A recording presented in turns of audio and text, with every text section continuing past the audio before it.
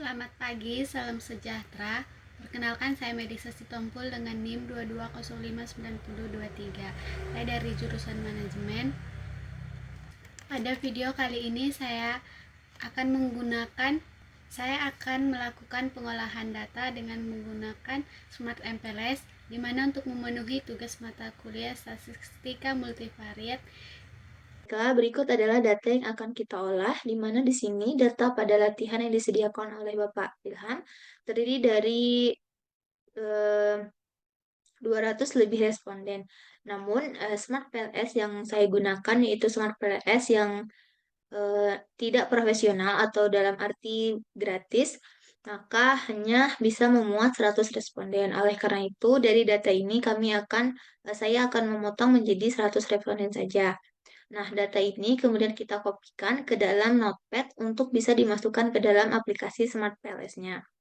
Di mana yang kita copy yaitu dari Y1 sampai X3 sampai ke responden ke 100.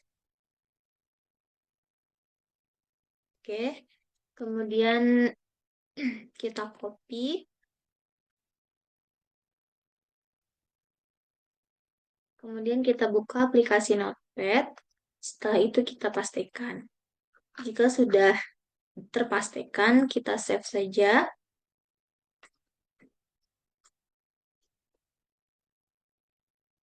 Kemudian kita save sesuai dengan file nama yang kita inginkan. Oke, selanjutnya. Langkah selanjutnya yaitu dengan menyiapkan aplikasi SPSS, aplikasi Smart PLS-nya. Ketika aplikasi Smart PLS sudah dibuka, maka tampilannya akan seperti ini. Selanjutnya, untuk memasukkan data yang kita ubah tadi di Notepad, kita buka dengan New Project. Kita klik nama dari project yang akan kita buat, yaitu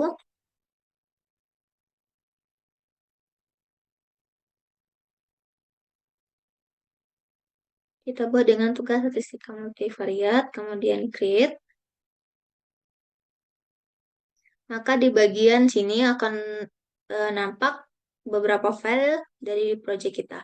Nah, di dalam project yang tugas statistika multivariate ini, ada dua pilihan, yaitu create model dan import data file. Nah, langkah pertamanya yaitu dengan import data file yang kita sudah copy pastekan tadi di dalam file Notepad, kemudian open, kemudian klik import. Nah, berikut adalah tampilan dari setelah data kita terimport. Setelah itu, di mana di sini navigasinya ada indikator, kemudian ada correlation, dan raw data. Selanjutnya kita bisa kembalikan. Nah, langkah pertama yang akan kita lakukan untuk pengolahan Smart PLS ini yaitu dengan cara di bagian data statistik ini ada muncul uh, tulisan berwarna hijau dengan di dalam kurung 100, di mana 100 ini adalah maksud dari adanya 100 responden dalam data kita. Kemudian langkah selanjutnya itu dengan mengklik area create model. Kemudian kita pilih tipe modelnya yaitu PLSM. Kemudian namanya.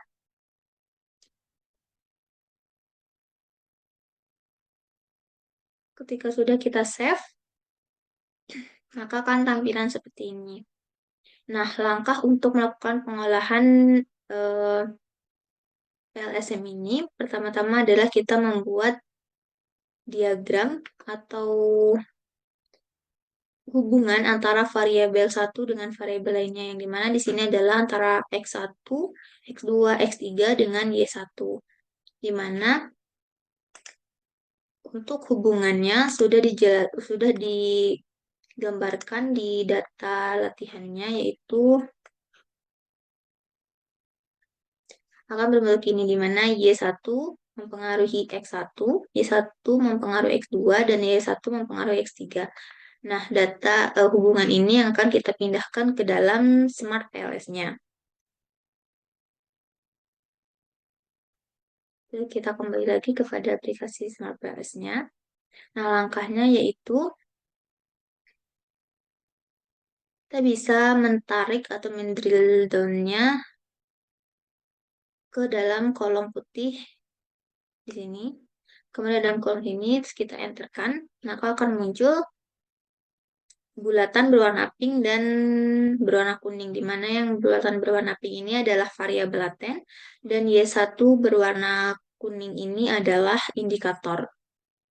Kemudian untuk kita sesuaikan dengan aliran gambar hubungan yang ada tadi pada data, kita pindahkan indikator ke sebelah kiri, yaitu align indicator to the left.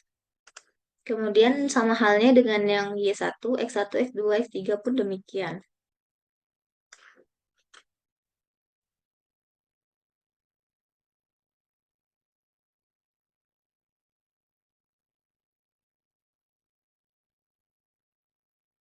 Kemudian bisa kita rapikan.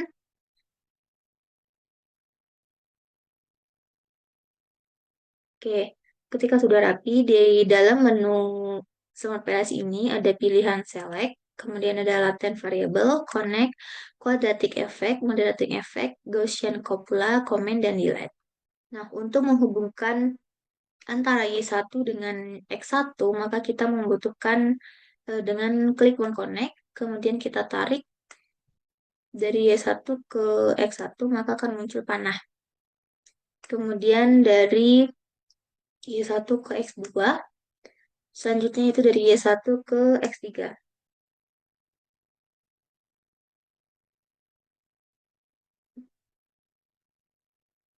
Nah, di mana ketika kita menarikkan panah dari Y1 ke X1, X2, dan S3 tadi, bulatan berwarna pink tadi berubah menjadi biru. Maka artinya data tersebut sudah bisa berkorelasi atau berhubungan.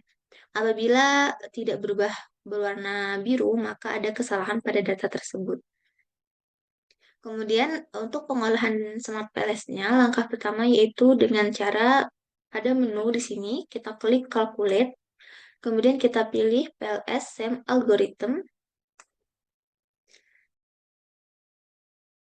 Selanjutnya yaitu Start Calculation. Oke, maka didapat hasil dari PLS SEM result-nya. Di mana di sini terdapat beberapa tampilan, yaitu ada grafik yang gambar seperti ini, kemudian ada quality final result, quality kriteria, dan algoritma, serta model dan data. Nah, yang pertama yaitu grafik atau hubungan antara variabel. Di sini nampak ada beberapa angka yang muncul. Di sini terlihat bahwa antara X1 yang bulatan berwarna X warna biru ini atau variabel laten dengan indikator variabel itu terdapat nilai 1,00, 1,00, dan 1,00. Di sini adalah loading factor, di mana apabila loading factor memiliki nilai lebih dari 0,7, maka indikator telah memiliki validitas konvergen yang baik. Jadi di sini sudah terlihat bahwa loading faktornya itu bernilai lebih dari 0,7, yaitu 1, maka data ini memiliki validitas konvergen yang baik. Selain itu, ada juga literatur yang menyebutkan bahwa indikator variabel dengan loading factor 0,6 juga bisa dikatakan sudah bagus. Selanjutnya yaitu antara Y1 dengan X2, Y1 dengan X1, X2, dan X3. Di situ juga terdapat angka, yaitu sebesar 0,398, 0,619, dan 0,550. Di mana di sini merupakan koefisien PET, yang mana koefisien PET ini menghubungkan antara variabel X dengan variabel Y, yang mana artinya X1 menyumbang 0,398 dalam menilai Y1, begitu juga dengan X2.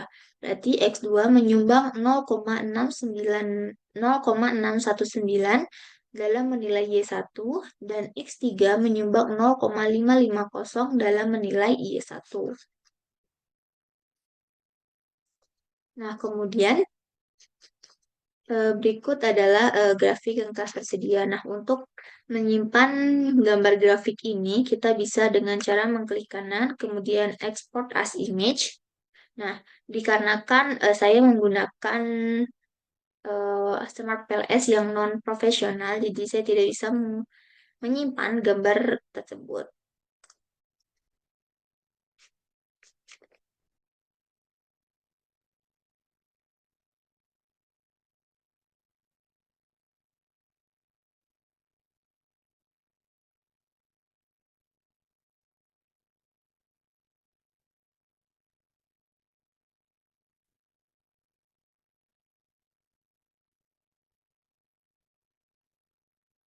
Nah, untuk analisis selanjutnya, yaitu yang pertama kita bisa melihat pada construct reliability and validity. Kita klik. Nah, di sini tidak terdapat hasilnya karena pada data kita itu tidak tersedia model karena hanya berisi item tunggal sehingga untuk construct reliability dan validity-nya tidak dapat ditampilkan. Kemudian analisis selanjutnya yaitu discriminant validity. Ini juga sama dengan construct reliability dan validity di mana tidak dapat ditampilkan hasilnya karena model data pada kita adalah data tunggal atau item tunggal. Nah, selanjutnya yaitu kita bisa melakukan analisis pada R-square, di mana di sini terlihat R-square-nya bahwa X1 memiliki nilai R-square 0,159, kemudian X2-nya memiliki nilai 0,383, dan X3-nya memiliki nilai 0,303. Di mana nilai R-square ini apabila di atas 0,26 berarti model juga sudah bagus. Selain itu, literatur lain juga menyebutkan bahwa kriteria R-square ini dapat dikategorikan menjadi tiga kategori. Yang pertama yaitu kuat apabila lebih dari 0,75, moderat yaitu 0,50, dan lemah yaitu 0,25. Nah, pada data yang kita hasilkan tersebut, data kita sudah terkategori bagus karena lebih dari 0,26. Namun untuk kategori kuat, lemah, atau moderatkah, di X1 merupakan kategori lemah karena merupakan lebih dari 0, kurang dari 0,25. Kemudian eh, begitu juga dengan X2 dan X3 yaitu kategori lemah, yaitu dengan nilai kurang dari 0, lebih dari 0,25, tapi kurang dari 0,50. Nah, selanjutnya yaitu analisis bisa kita lihat pada ini berikut adalah bar chart dari R-square-nya. Nah, kemudian kita bisa lihat dari nilai F-square, di mana nilai F-square sini terlihat pada nilai X di bawah ini ada 3 angka yang berwarna hijau, di mana jika angka tersebut berwarna hijau maka sudah terindikasi bagus. Selain itu juga memiliki kriteria yaitu apabila besar itu dinilai 0,35, kecil 0,02, dan moderat 0,15. Di mana eh, kategori tersebut termasuk ke dalam kategori untuk X1 termasuk kategori kecil, kemudian X2 termasuk kategori besar, dan X3 termasuk kategori besar. Nah, berikut hubungannya yaitu antara Y1 ke X1 0,182,189 berarti terkategori kecil, dan Y1 ke X2 yaitu 0,621 terkategori besar. Kemudian di sini adalah tampilan bar chart dari F-square.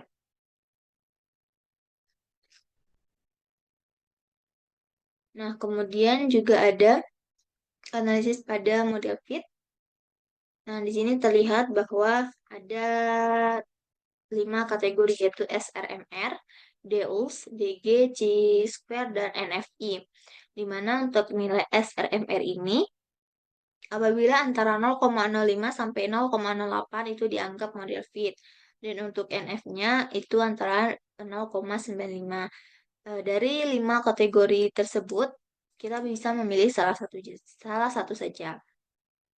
Nah, untuk perhitungan yang kedua, yang tadi kan adalah menggunakan calculate atau perhitungan PLSM. Kemudian yang kedua yaitu dengan kita menggunakan analisis bootstrapping. Caranya itu ini kita kembalikan terlebih dahulu ke edit. Kemudian kita pindah ke menu calculate. Kemudian di sini ada pilihan bootstrapping. Kita klik. Kemudian start. Nah, di sini adalah tampilan dari bootstrapping hasil PLSM tugas kita. Di sini, di dalam grafik di sini terdapat nilai NaN dari indikator ke variabel labelnya. Karena data ini hanya menggunakan data tunggal sehingga nilai T statistik tidak dapat muncul. Jadi NaN di sini adalah nilai T statistik.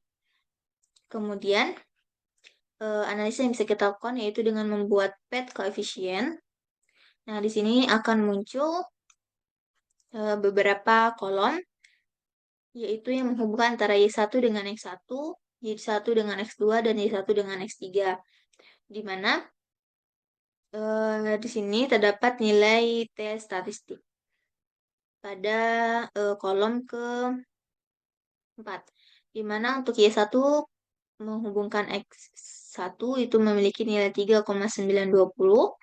Kemudian Y1 menghubungkan X2 itu dengan nilai T statistik 9,335 dan Y1 untuk X3 yaitu dengan nilai T statistik 7,202, di mana dengan indikator bahwa apabila nilai T statistik lebih besar dari 1,96, maka dapat disimpulkan bahwa hubungan antara variabel laten ini adalah signifikan.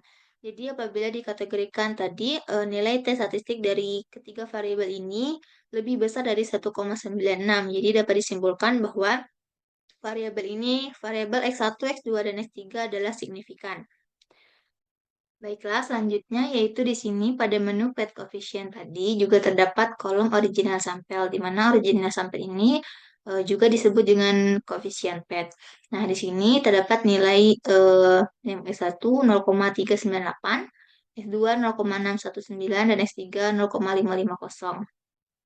Di mana apabila nilai original sampel atau nilai koefisien P tersebut bernilai positif, maka memberikan hubungan yang bersifat positif juga. Yang mana artinya jika semakin besar X1, maka akan meningkatkan Y1. Kemudian juga semakin besar nilai X2, maka akan meningkatkan X2. Dan juga apabila semakin besar nilai X3 akan meningkatkan nilai Y1. Baiklah, mungkin sekian pemaparan pengolahan data Smart PLS yang saya paparkan. Apabila ada salah kata, salah maksud, saya mohon